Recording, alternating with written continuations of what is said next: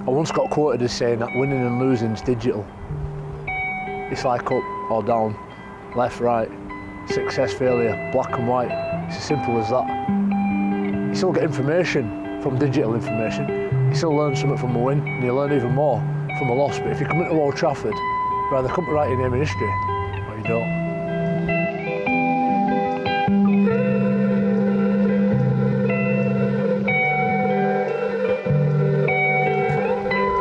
This is the player entrance, and now it's business time. You've had all your preparations done, the week's gone fantastic. You've had your stay at the Midland Hotel in Manchester. You pull up at the bus and it's full of fans. Some of them are the away fans, all giving you a lot of stick and a lot of booze. The others are the Leeds fans, wishing you all the very best. This is where it starts.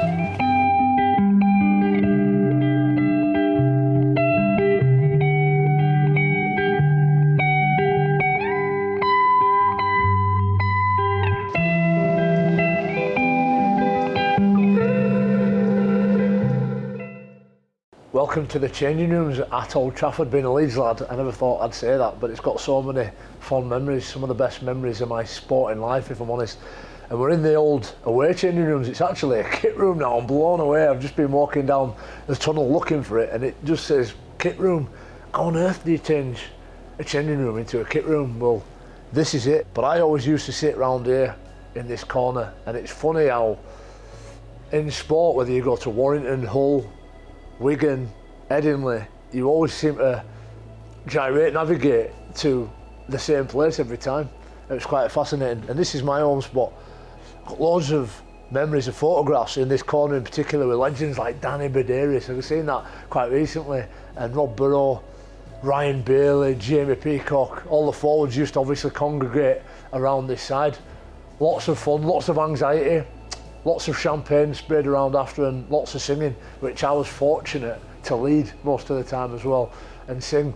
And you're always quite nervous coming into a grand final because you're always thinking, the last week is just an accumulation of the whole season, and what you need to do is package that up and put it together into the best version, the best 80 minutes that you're going to have that year, and go take it out to the pitch, and your mind's always concentrated on that. Kevin had speaking, and when it was ready to kick the door down, that's when Jamie Peacock really come to the forefront.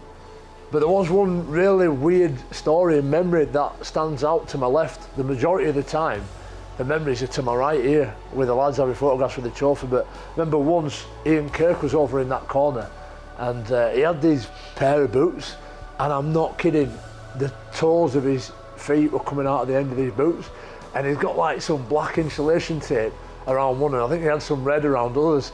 And Brian McDermott was just walking round, very military-like, and he looked down and he says, "Well, I don't think they're suitable, do you?" And carried on walking. I remember thinking, that's a little bit awkward. It's a weird memory of all the grand finals I've won, thinking that Ian Kirk were playing in a set of boots where his toes are pointing out at the end. There was one other memory as well, when I had this overwhelming sense of anxiety that came over me, and I don't know why. It wasn't even my first grand final. I think it was 2009, and it may have been the fact that we were just about to go out for our third grand final in a row, and if we won it, obviously it means we win 3 in a row, which would be extremely special. I don't think it's been done since. There's been a couple of braces in the history of Super League, but this anxiety took me into the toilet around their little cubicle, and only person I can think of, my comfort blanket, my foundation and soulmate, is my wife, Emma. And I text my wife and I said something like, "Will you still love me if we lose?" It was just a big occasion, and I started thinking to myself that I'm just a Bramley kid, from Stanningley, played at Stanningley, and I'm going to go out there and play in this massive stadium, this massive iconic stadium, against an unbelievable side in St Helens that, to be fair to them, used to pag us during weekly rounds, and this excitement just overcome me. I was overwhelmed.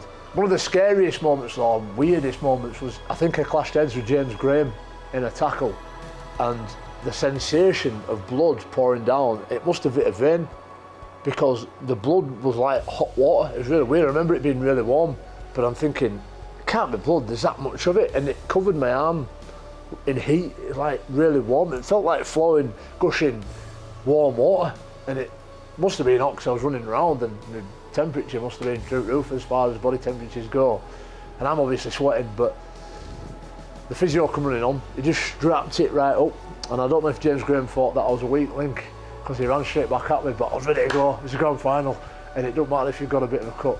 But I've been fortunate in most finals to come through pretty much unscathed, other than my lungs falling to pieces. I'm sat right next to my final shirt, the one that we won against Cass. Bearing in mind Cass had beat us that year 66-10 over at their place at the Jungle at Weldon Road, Darnt Lane, and for all intents and purposes I'm not sure anybody gives us a chance to win because they were so good that year, they were phenomenal, but for whatever reason when it comes to grand final week and the rain starts coming down, you get the dew on the grass, the low sunshine on the morning and the temperature just starts to drop. For whatever reason the Leeds Rhinos boys had this congruence, this ability to gel together and just walk out there and give whatever gift you had for the best of the team. Unfortunately, this will remain my final grand final winning shirt. I've got my first ever grand final winning ring in 2004. These are two bookends of an amazing journey, and these have created some amazing experiences that I hope to pass on to the next generation with the hope of entertaining, inspiring or educating.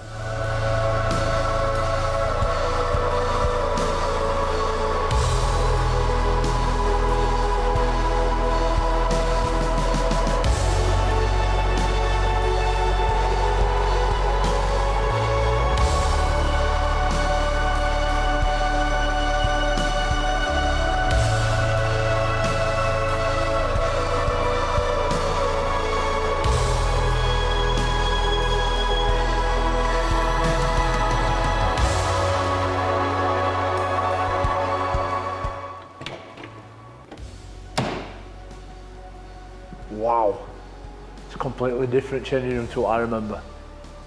And there it is, my shirt. The only shirt I actually lost a grand final in, and can you believe, for the first 7 years of my career, they couldn't fit Jones Buchanan on the back of the shirt. And I even remember one season when they had Jones on the home shirt and Buchanan on the away shirt. These changing rooms, however, have given me mixed feelings because it's the changing room that I lost my only grand final in 2005 to Bradford Bulls. I have actually won out of these changing rooms as well, which is quite interesting and obviously bring about some good memories, but the big one for me, the mixed, is the 2015 grand final, the treble, the most important grand final in the club's 120-year history. A big one as well, a really hard fought contest against the Wigan Warriors.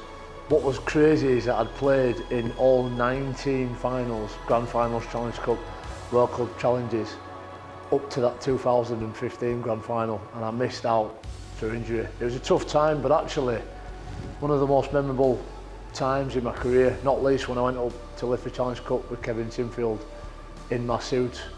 And I had this real privileged position as a Leeds fan, a Leeds Rhinos supporter from being 7, 8 years old, to come and see my hometown club in a momentous time in its history and go on and win the grand final and the treble. And I watched it from right over in that corner, the best position in the world as a Leeds fan rather than being a Leeds player. And I even remember actually being sat on the bench for most of the game, and I thought rather than run out and jump on people's backs like most players do, I just wanted to stand on the bench and open my eyes, to use camera terminology, to the widest aperture and capture every piece of light that was coming out of that stadium, because that was a truly historic moment. So these changing rooms have got mixed memories for me. I've got one win, I think, one loss for sure, and an observed grand final treble. There it is. Here's the big grand final walk. You'll have a bit of a rerun anyway, like you do when you're playing in a grand final. You've got to go warm up and just get that experience walking on with your boots. But there's not like going out to the tunnel to line up to play and you see the other team. These changing rooms right here are the ones that I walked out of more often than not and lined up on the inside, but I have won one from the home changing rooms, lost one as well, as I've mentioned, and here we are walking into the tunnel, and you can always feel the heat of the pyrotechnics as well and it's scary because you can hear the noise. Unlike at Wembley, it's a little bit further away. The noise is right on top of you at Old Trafford, and you're just looking round at the opposition and thinking, right, I need to get on top of you pretty quick.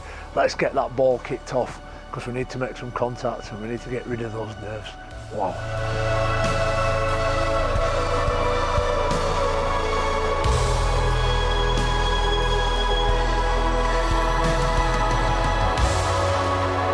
2011, probably my greatest year. I was in some great form and I'd really matured as a professional. And about level here, I saw the greatest try I've ever seen in a grand final. It's really interesting because Rob Burrow took off at a dummy half and I was screaming because I wanted the ball. Give me it here, Rob, give me it here. And the best picture I've ever seen of a glide cam following Rob Burrow score this try, weaving in and out, ducking under, I think it was Paul Wellens, and scoring just at left at post. Wow, what a try. What an outstanding memory. Relentless game that could take a 79 minutes before we get a winner.